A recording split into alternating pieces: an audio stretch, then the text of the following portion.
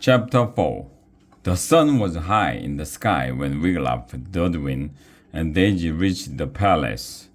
"Yowie!" shouted Dudwin, gawking at the tall pink marble towers. "This is some hovel."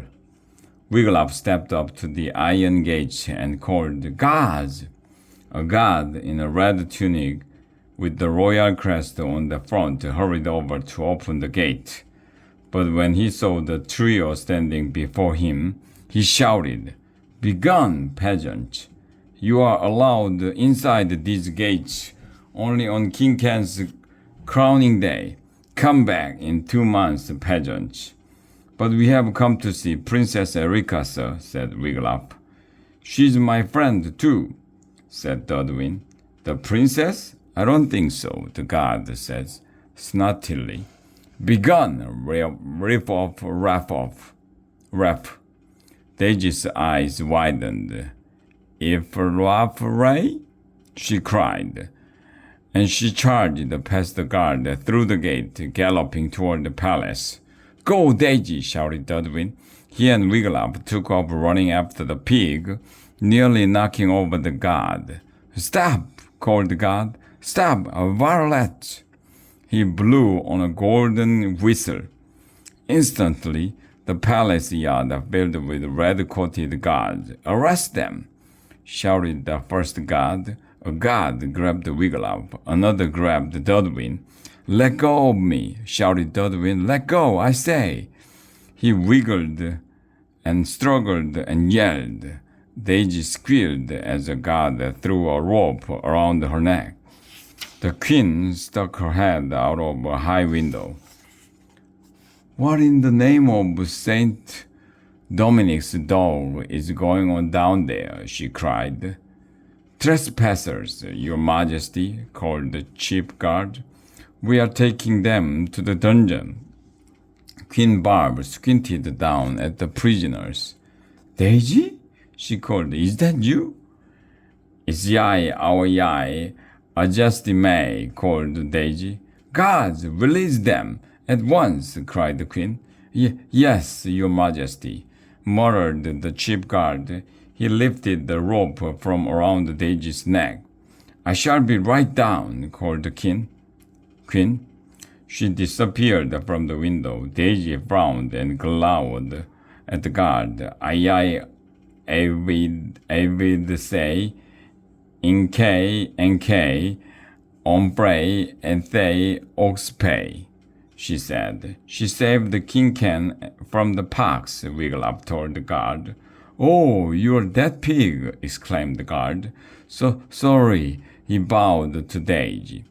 "I thought either way," said Daisy. Now Queen Barb swept out of the palace. "Good day, your majesty," said Wiglaf, bowing. "May I present my brother Dudwin?" "Welcome to the royal palace, lads," said Queen Barb. She held her queenly hand out to be kissed. "And welcome back, Daisy. Oh, King Ken will be so sorry to have missed you. He's off visiting King Bob of Bobinshire. He's hoping to get some advice on how to be more popular." The queen shrugged. "Well, you're here to see Princess Erika. I will wag her." "Yes, your majesty," said Wiglaf. "Let me think. Erika had a curtseying class at 10, advanced napkin folding at 11. Queen Barb checked the tiny hourglass she wore on a golden chain around her neck. Princess manners at lunchtime. She must be in the music chamber now, hosting a tea party for her cousins, Princess Michi, Princess Vici, and Princess Dichi. "Erika hosting a tea party?" said Wiglaf, surprised. "Yes," said the queen. "Now, Daisy," she went on, turning to the pig, "would you like to spend some time at the royal spa?" Daisy's eyes lit up. "Yai is play." The queen led the way into the palace and up the marble stairway of the South Tower. At the top of the stairs, she said, "The music chamber is down the hall to the right. I will stop by as soon as I get Daisy settled at the spa. Wiglaf and Dudwin walked down the marble hallway and stopped outside the chamber. They heard high-pitched voices, and later, Wiglaf peeked around the door frame. He spotted Erica right away, but she did not look much like the Erica he knew. Her hair was in ringlets, and she wore a silky blue gown. She was pouring tea from a silver teapot. A princess in a purple gown was holding out her cup. Wiglaf was not sure about going into a room of tea-drinking princesses, but Dudwin barged right in. "Hi, Princess Erica," he said. "Remember me?" Erica's mouth dropped open in surprise. "Dudwin, Wiggy!" she cried. As she raced to greet them, the teapot fell from her hand. The lid snapped open, and tea splashed all over the princess in purple. "My new gown!" cried the princess. "It's ruined." "Oops," said Erica. "Sorry, Midgie." A princess in a yellow gown glared at Erica. "I think you did it on purpose because Midgie's gown is prettier than yours." "Bitchy," said Erica. "I did not." A princess in a green gown picked up a piece of cake and mashed it into the lacy front of Erica's gown. "Now your gown is ruined too," she said. "So there." Erica scooped up some icing with her finger and popped it into her mouth. She said, grinning. "That wasn't a very princessy thing to do, Dizzy." "This is the worst tea party ever," cried Midgie. "Totally the worst," said Bitchy. "Worse than the worst," said Ditchy. Just then Queen Barb stuck her head in at the door. "Good heavens!" she exclaimed. Midgie, Bitchy, and Ditchy Princess walked over to the Queen. "It's all Cousin Erica's fault," said Bitchy. "She wrecked my gown," said Midgie.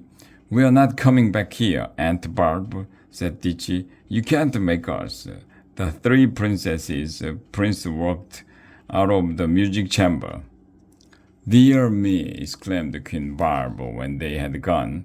"What was all that about?" Erica sighed. "I messed up again, Mumsy."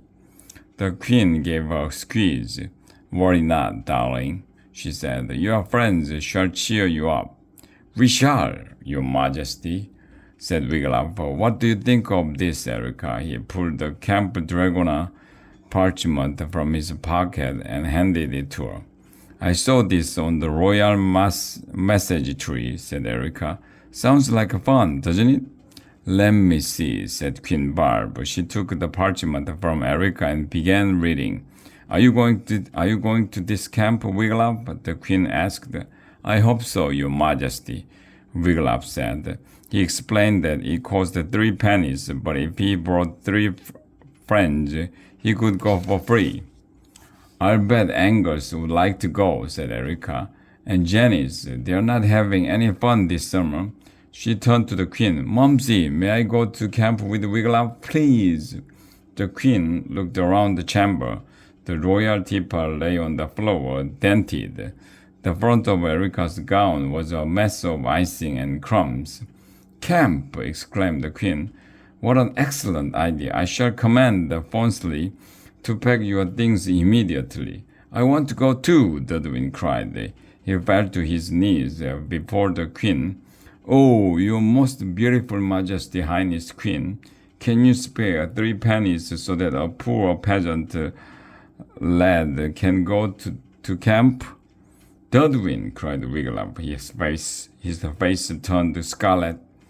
But Queen Barb only laughed. "I shall command the royal treasurer to give you 3 pennies, Dudwin." "Oh, thank you, Your Majesty," said Dudwin. He jumped to his feet. "All right," he cried. "We are going to camp."